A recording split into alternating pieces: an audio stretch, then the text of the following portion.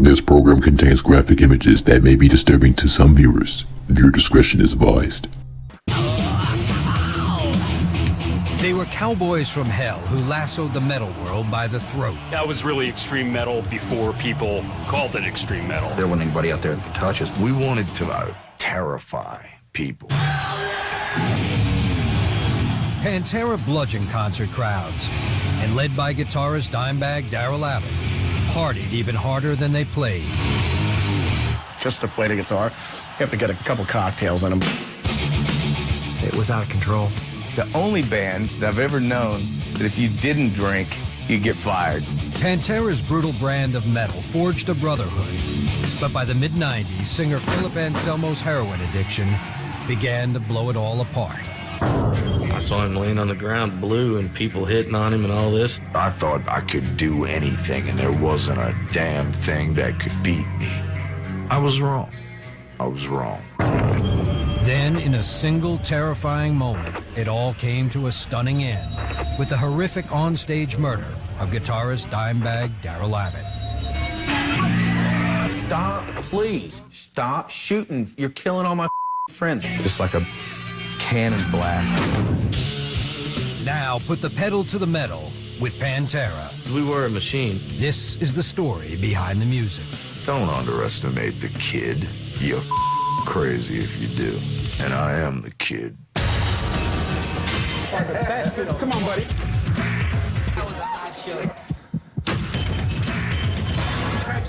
Step on back.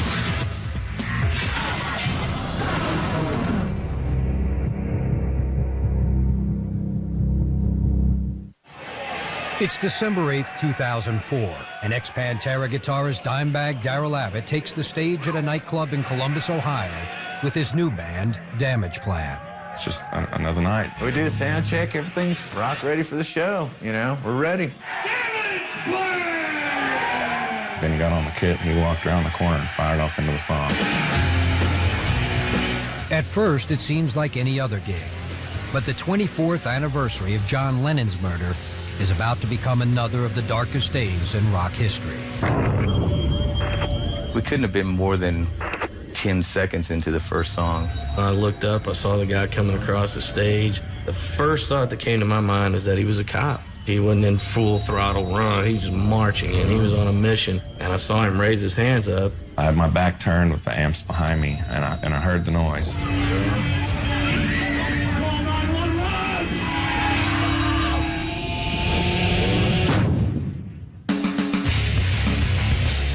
Revolutionary riffs turned Dimebag into a heavy metal messiah. But his musical odyssey commenced nearly 3 decades earlier, when 11-year-old Darrell became a foot soldier in the KISS Army. He enlisted with his neighbor, Rita Haney, who years later became his girlfriend. I mean, my first concert was KISS, and his was too. I remember he almost cried because he missed Gene Simmons breathing fire because some old lady in the back behind us was all stoned and put her cigarette out in his hair. KISS's Sonic Circus inspired Darrell to pick up an instrument of his own. On his 12th birthday, he got his first guitar. The next thing I know, Darrell's standing in his room, got his guitar strapped on in a KISS outfit. Got his face all done up like Ace Frehley in the whole 9 yards, you know. Once he started playing, he was completely obsessed with the guitar. Took it to the bathroom with him. As Darrell practiced power chords, his older brother Vinnie Paul bashed away on the drums. And in 1981, while still in their mid-teens, the siblings formed Pantera. The band's lineup was rounded out by bassist Rex Brown and vocalist Terry Glaze. We started immediately jamming at Vincent Darrell's house out in the garage. I got in the band, they said, you gotta wear spandex. I said, no way. But I eventually put on some freaking spandex. There was wild stuff that went on in that house. Lots of things we weren't supposed to be doing. It was out of control. Vincent Darrell's house was party 24/7. Pantera quickly became the kings of the Southwest spandex circuit, even before they were old enough to get into bars. Man, we'd get calls from people, hey, we're having a keg party, we gotta have Pantera, man. We were rock stars in that little universe that we were in. We were burning it up. A bunch of skinny little kids dressed like girls and spandex jumping up and down, singing about heavy, scary stuff. They were arena ready before they hit the bars. By 1986, inspired by the heavy grooves of Metallica and Slayer, Pantera shed their hair metal gloss for a more aggressive approach. Lead singer Terry Glaze's glam rock style didn't mesh with the band's new sonic philosophy and was fired, replaced by 19-year-old New Orleans native Philip Anselmo. It was harder, it was edgier, it was walking more with swagger, you know? They knew, and I knew right off the bat, the first time we had ever jammed, I had never played with a band this tight. I mean, these guys were stunning, you know, it was like, my God, you know, this is unbelievable. He came down and we did a jam session together, and it was just like, it all fell into place, you know. He had the same gig going on that we did at the time, the spandex, the spiked hair. He fit right in, you know. Pantera had their new singer. Now they needed to fine-tune their image. Around the end of 86 or 87, we kind of had a band meeting, and we just said, you know what, these magic clothes don't play music, we do. Let's just go out there and be comfortable. Jeans, t-shirt, whatever, and see where it goes. By early '89, Pantera's fiery new demos ignited the interest of Atco Records, which sent A&R scout Mark Ross to see the band perform at a birthday party in Dallas. These four guys come on stage, and they start spinning their hair. Like, oh boy, what are we in for here? But then Darrell just launches into one of his riffs, and then Phil opens that mouth of his, and this just roar comes out that just is overpowering from the get-go.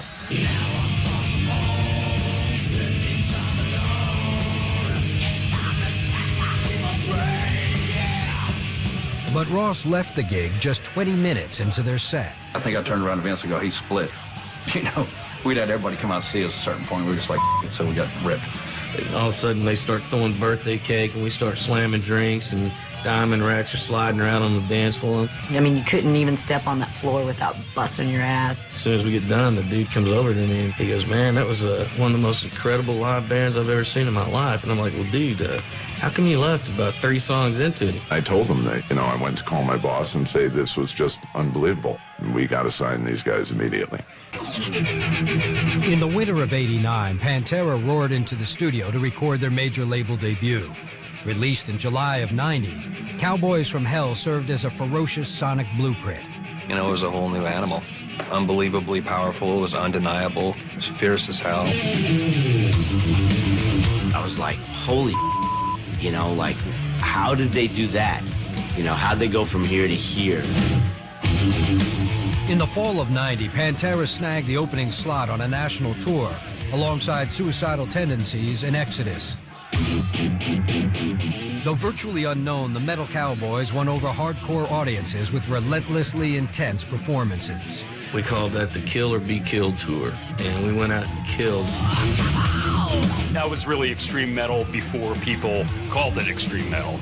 We wanted to terrify people, you know.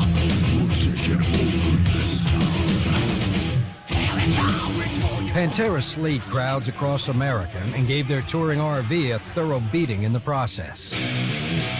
Bucket of bolts, 10 swinging on this thing, and it'd break down just every other night. The septic tank would fall out and everywhere, so a lot of fun. Everywhere we went, we just barely made it from gig to gig. I actually drove the RV on that tour with Suicidal from Chicago to Minneapolis with no headlights. And we got no headlights, and I'm like laying on the floor, like passing out, and he's like, oh, the car's coming, so I gotta reach down in there and put the wires back down to make the headlights work, and until they go by, and they're like, okay, and he's just driving, you know, by the moonlight, you know, and it's like, the car's coming up, lights, headlights, okay. At the end of the 6 weeks or however long that tour was, every single thing on this motorhome was broken. Everything. It was insane. We went up dropping that thing off in the middle of the night at the RV place we rented it from. Hopped in the car, we drove off. Here's your RV back. Later. After Cowboys from Hell, Pantera were poised to reach the heavy metal pantheon. But the rock-solid band would soon find itself on shaky ground. Next, Dimebag Darrell's 100-proof prescription for pain relief. I was like, how you feeling, brother? He was just like, not too good, bro. It's just like just to play the guitar. You have to get a couple cocktails in him. When Behind the Music continues. By 1991, Pantera had positioned themselves at the sharp tip of metal's cutting edge.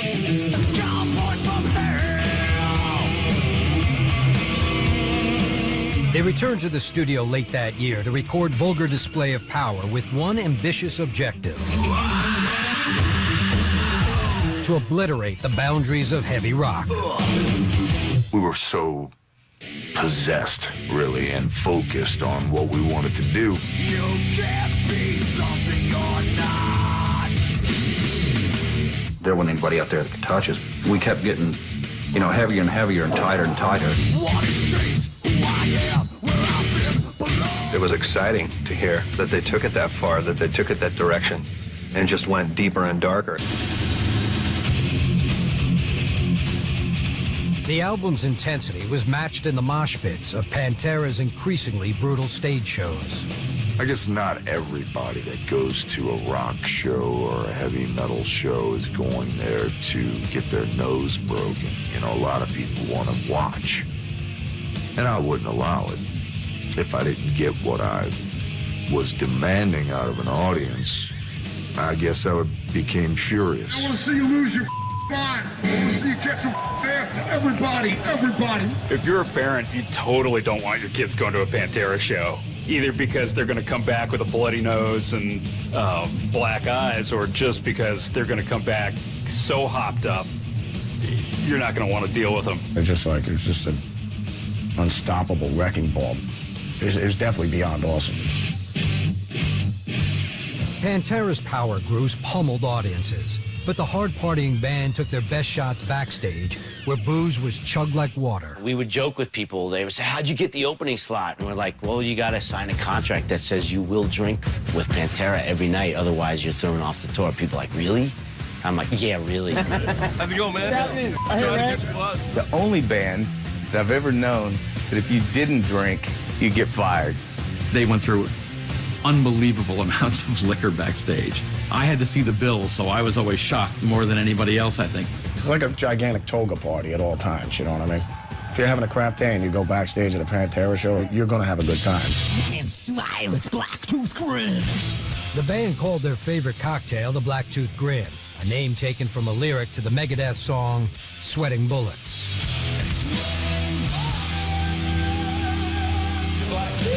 The Blacktooth was the drink of choice. The Crown splash of Coke, Seagram 7 splash of Coke.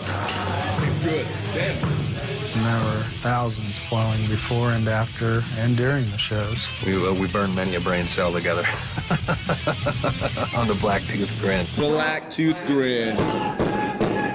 All of Pantera binged on the bottle, but no one guzzled with more gusto than Dimebag Darrell. I was like, how you feeling, brother?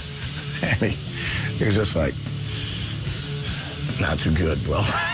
It's just like, just to play the guitar, you have to get a couple cocktails in them, but I could always get out there and whoop ass, Couldn't even say his name, but just get up on stage and just wail on guitar. The nights that you thought he was going to be absolute shambles on stage were probably some of his most brilliant performances. Dimebag made sure each killer gig was capped by unique forms of alcohol-soaked amusement. Don would come up with all kinds of crazy We'd be in the middle of bump, and he'd come up with some crazy-ass game to play, or, just to break up the monotony, and that's the kind of cat he was. One time we had hung all these, Hustler fold-outs and stuff on the wall, and he had bought this thing of green slime. We'd throw them, and if you hit the face or something like that, that wasn't good enough. That's a shot of whiskey. If you hit a or something, or if you hit it smack dab on the crotch region of the young lady in the photo, I think you probably still had to do a shot of whiskey. We had one of those breathalyzers on the road. Dime brought it in from somewhere, and so everybody would, see how drunk you are. Oh, dude, you're not nearly drunk enough, Pour him another shot. By 1994, heavy metal had been declared all but dead in the wake of the grunge revolution. But Pantera was prepared to strike back with a vengeance, and they entered the studio to record their next album, Far Beyond Driven. I remember one of the main thoughts going into that record was we have to be heavier than Vulgar. This has to be a heavier record. And I was thinking to myself, how is that possible? How do we do that? Each record, we wanted to outdo the next record. And we just said, we're going to make the most balls out, kick-ass record we can make. Far Beyond Driven was released on March 22, 1994. Without significant radio or MTV play, it debuted at #1 on the Billboard charts. That was the most abrasive record I could ever imagine, and it went and blew up the charts at #1 and just scared everybody, which was great. And it was funny because all the magazines you'd read and see it'd say, overnight sensation, Pantera. You know, we're like, we've been out slaving on the road for 4 hard years and 7 years in the nightclubs before that. It was a pretty exciting time. For metal, to have a band like Pantera come out and enter the charts at #1, it just showed you that there's no way you can't kill this, because there will always be a band that's gonna fly that flag in the face of everything else. And Pantera was the band in the 90s that did that you could actually say saved metal. But the keepers of heavy metal's incendiary flame were about to get burned by their own lead singer.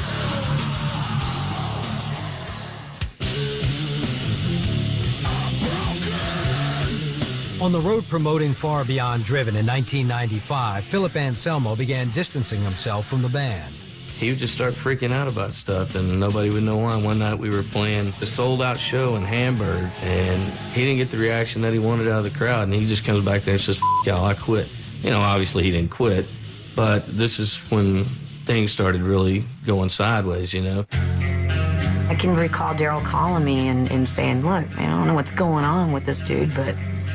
You know, and of course everybody kind of thinks, well, you know, maybe it's the fame thing going to your head. Anselmo attributes his erratic behavior to chronic back pain caused by years of violent on-stage performances. It causes isolation. It causes your entire lifestyle to change.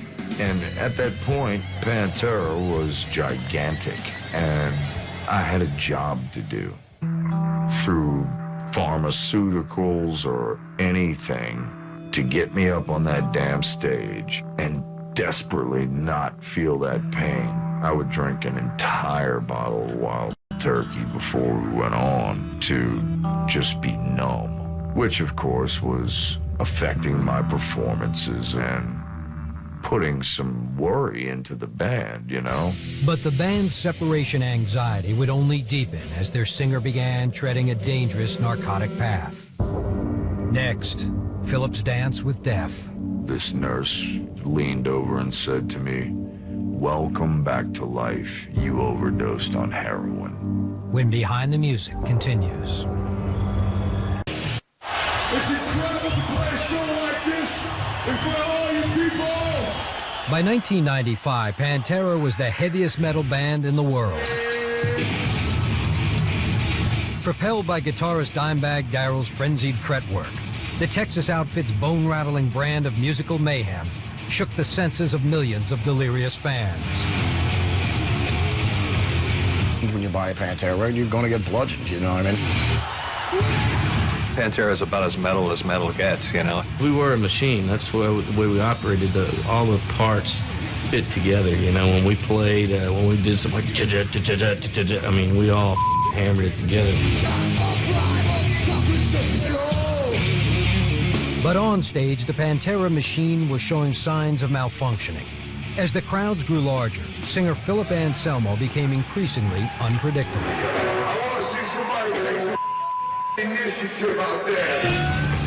He wouldn't treat the fans with any respect, wouldn't treat us with any respect. Quit making all this stupid noise. Just, you didn't want to be around him. He was a miserable person, you know? I could get the ground to crack in half and have everybody dive into it. You know, yeah, I could tell people to take off all their clothes and have an orgy on the floor, and they would do it, you know? Phil had a lot of opinions, and I would just listen to what he was saying, and I would say, oh, jeez. I got a big mouth and a big choice. Get the lawyers on the phone. There's going to be a riot. The police. We're Just as Pantera was scaling their greatest heights, Anselmo was hitting bottom.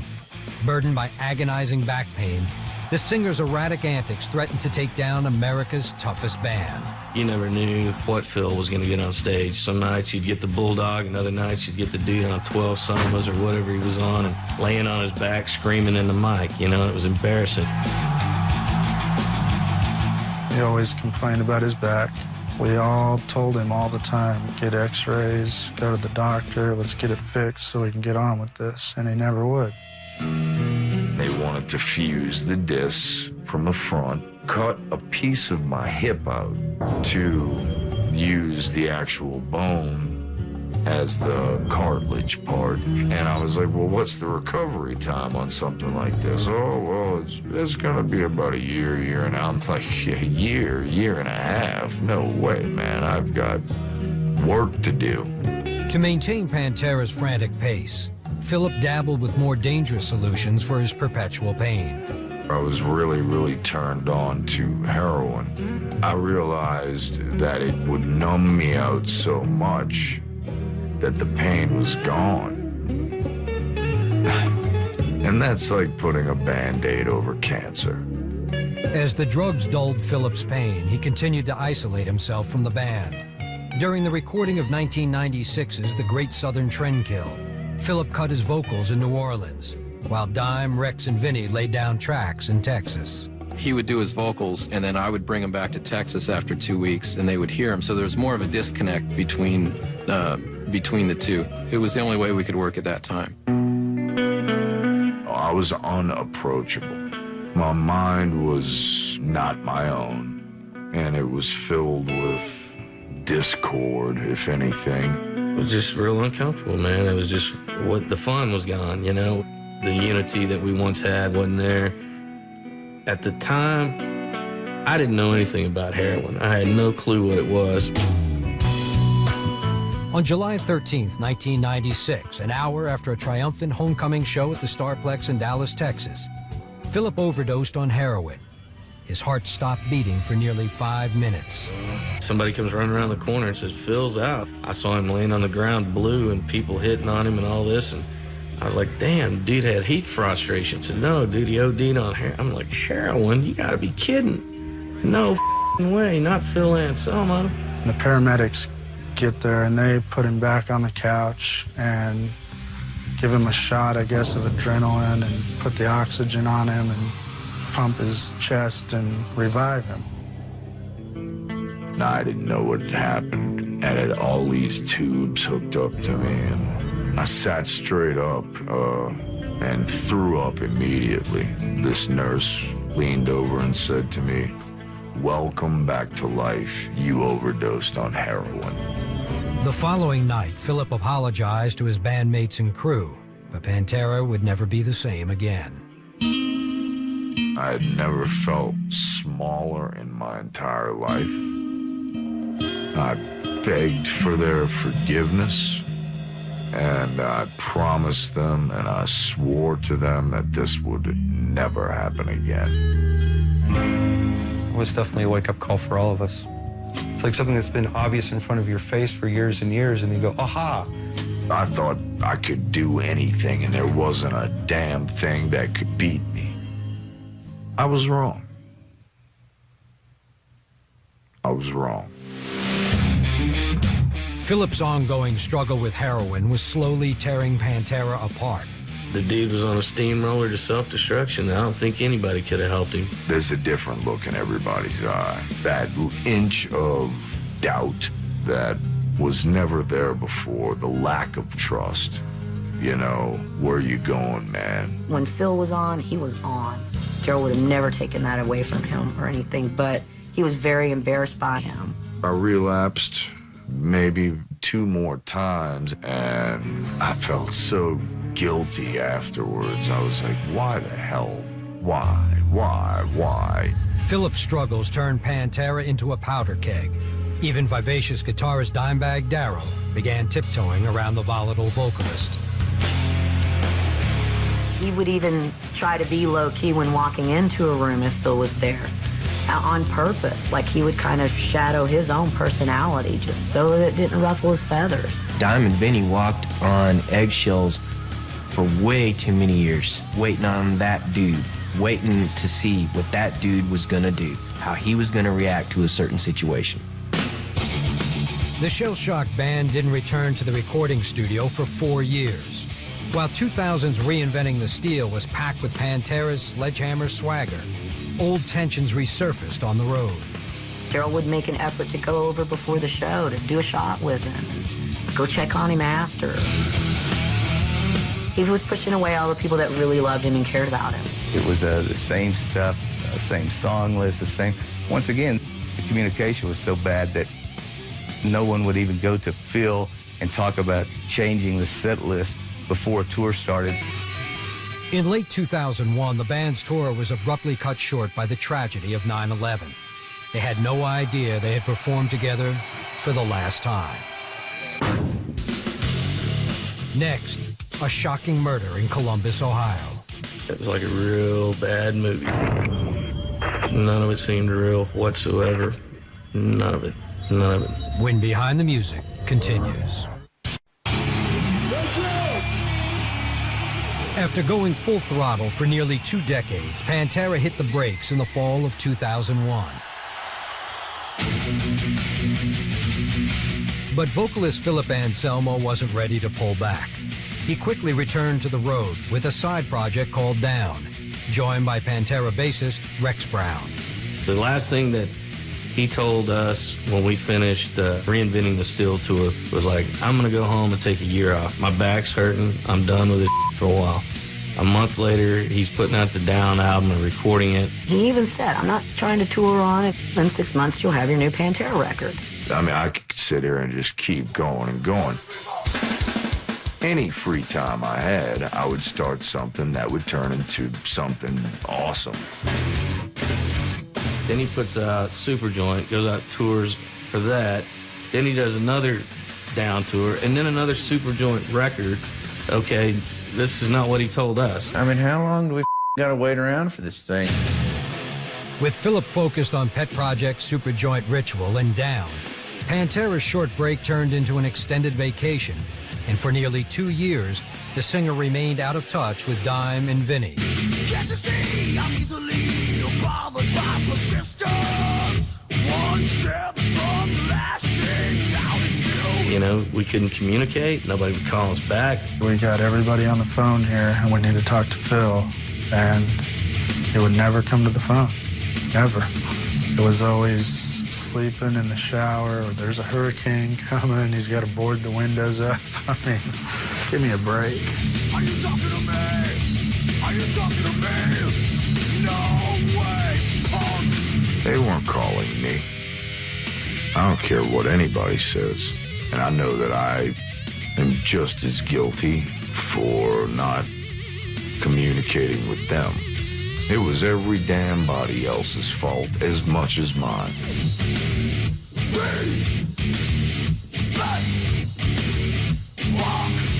Are you talking to me?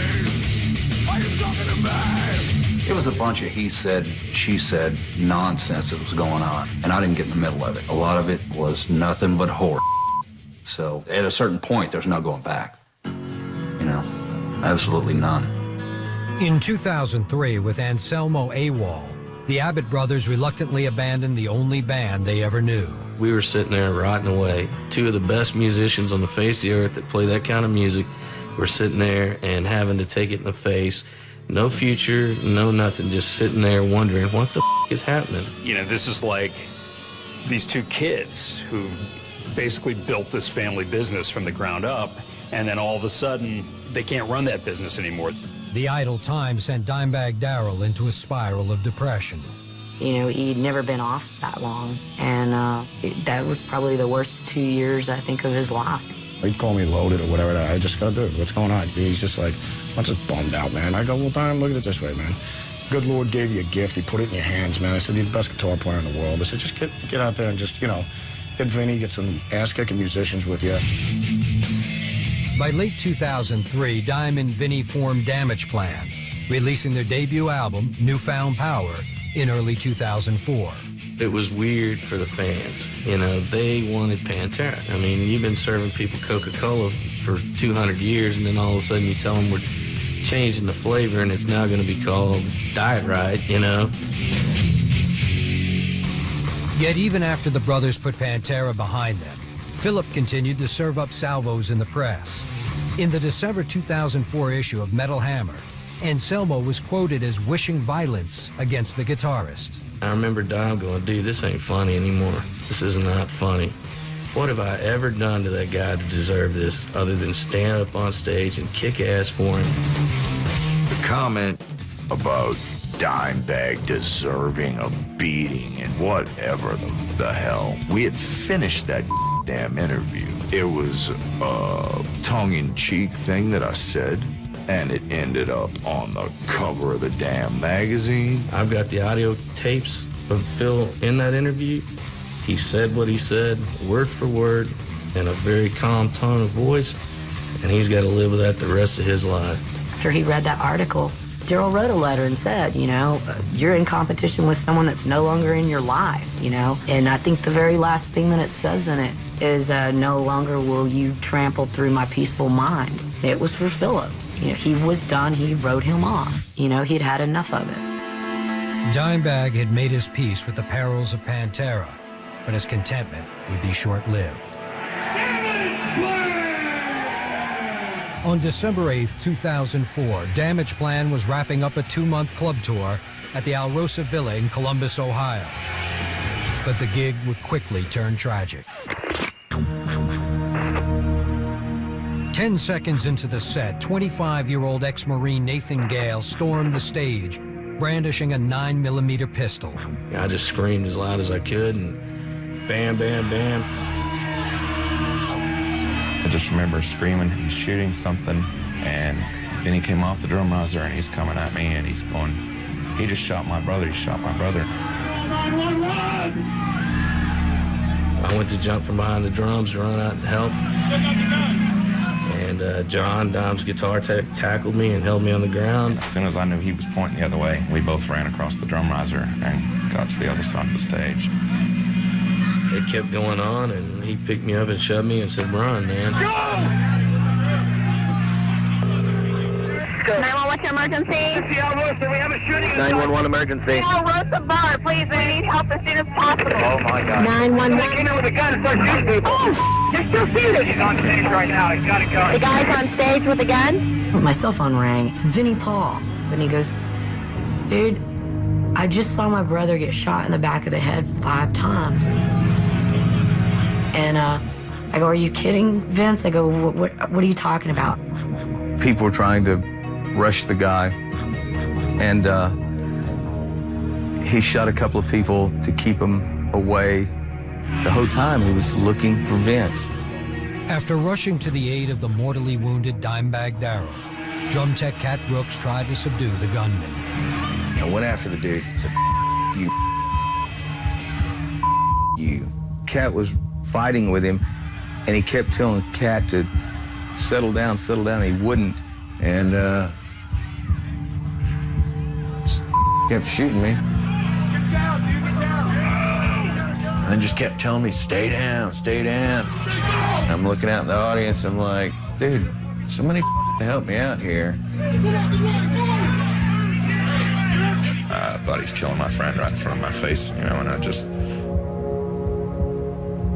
screaming no, you know, but there was nothing I could do. I can't really see what's going on. I'm just, you know, I'm like, quit shooting, quit, stop, please, stop shooting. You're killing all my friends, stop it. And he goes, shut up, bitch. I looked over my shoulder and I heard the chaos, and I look, and there was an officer coming through the door. And immediately I saw someone laying there that was bleeding. There was a small group of security guards standing there saying, he's there, he's there. Columbus policeman James Niggemeyer was the first of 8 officers to arrive at the scene, just 3 minutes after receiving the dispatch call at 10:18 p.m. I motioned for the officer over there, and I said, yeah, you gotta kill this guy. He's gonna kill more people. He's got my friend. As I started working across the back of the stage, he then moved the gun to the hostage's head. And as soon as he put the gun to the hostage's head, I realized that I had to do something to try to save the hostage. And then just all at once, he just took aim and he just leaned back real slow. I watched him clicked the safety with his finger, and when he clicked the safety, I just plugged my ears and turned my head. I stopped and pulled the trigger. It was just like a cannon blast. All of a sudden, the weight was off me, and I was like, somebody got him. I see him, Tyler. He had his gun to his head. You had to do it. You saved a man's life. And it was over. It was over just like that. I looked up, and he was down, and Cat was moving, and at that point, I ran to the floor where they had Dime on the floor.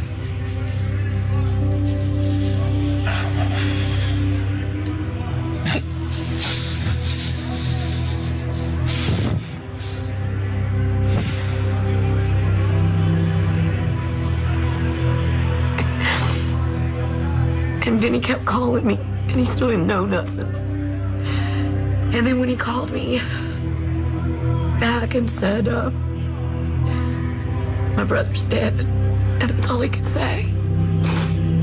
And we both just cried.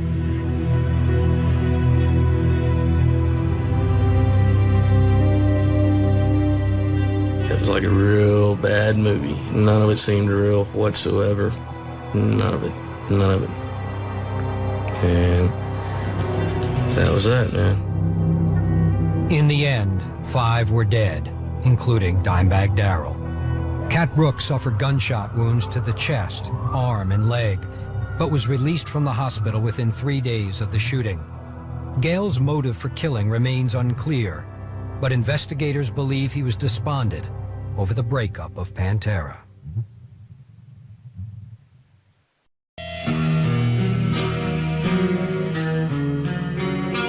The brutal onstage murder of 38-year-old guitarist Dimebag Darrell Abbott in December of 2004 sent shockwaves reverberating among everyone who knew him or were touched by his music.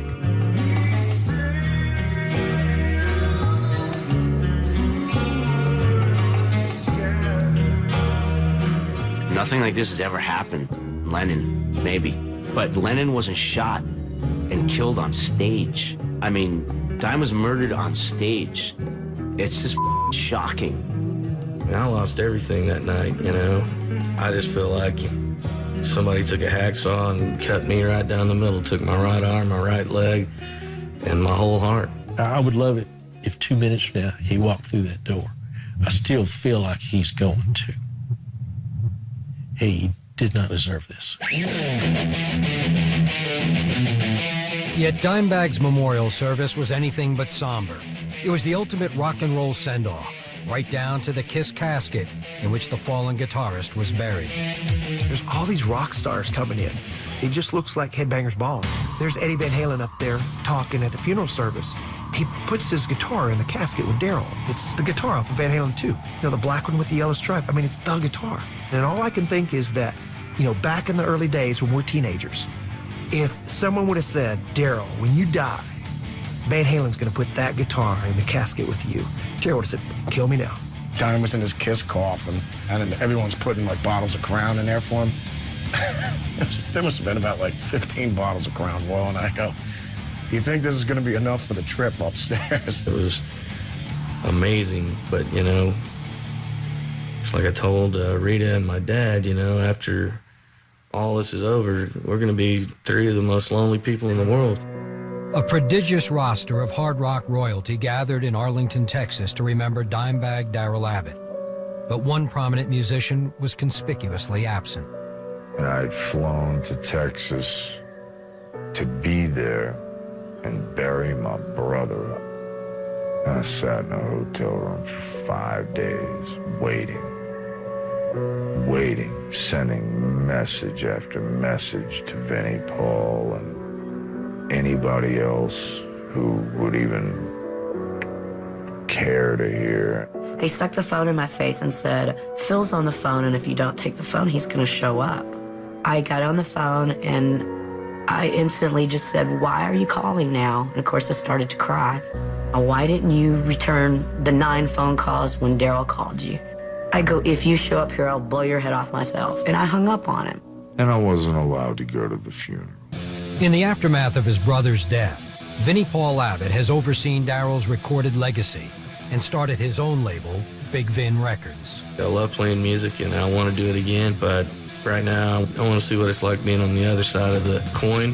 If I come across the right situation or the right people, then I'll be back. Philip Anselmo, who says he kicked heroin in 2002 and underwent back surgery in 2005, continues to focus on myriad musical projects. You ready? I adore what I do. I live for what I do, and I'm still damn doing it. Yes, I've had to have probably the most major back surgery in the history of back surgery, man. You know, don't underestimate the kid. You're crazy if you do, and I am the kid. But to this day, the bad blood between Philip and the Abbott clan continues to boil over.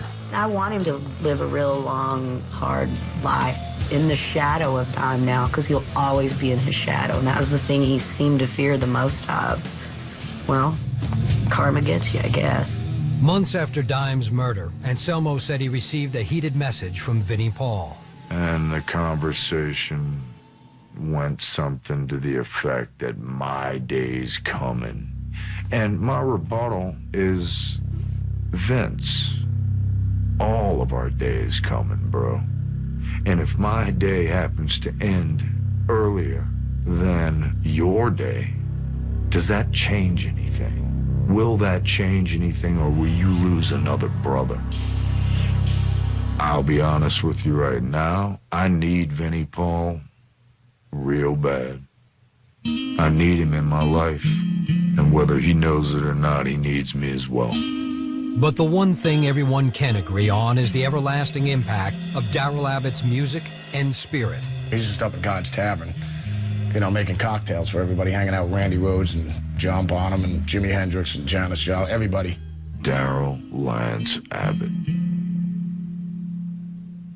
In this house, will be revered and will be loved and celebrated forever, you know?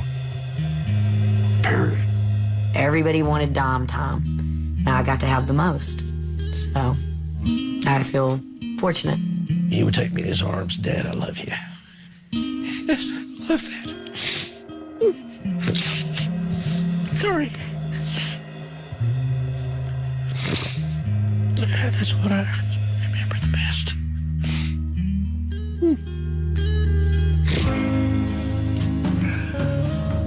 Underneath all that hard rock and roll exterior was a little boy.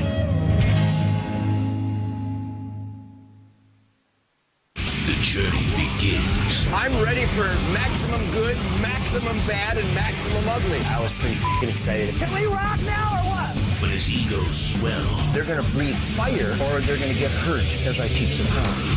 Timbers flare. What the f***? We're gonna look like a train wreck on top of a car crash. Supergroup premieres this Sunday at 10. This is our stage. We've come to take what's ours. There's no place like celebrity.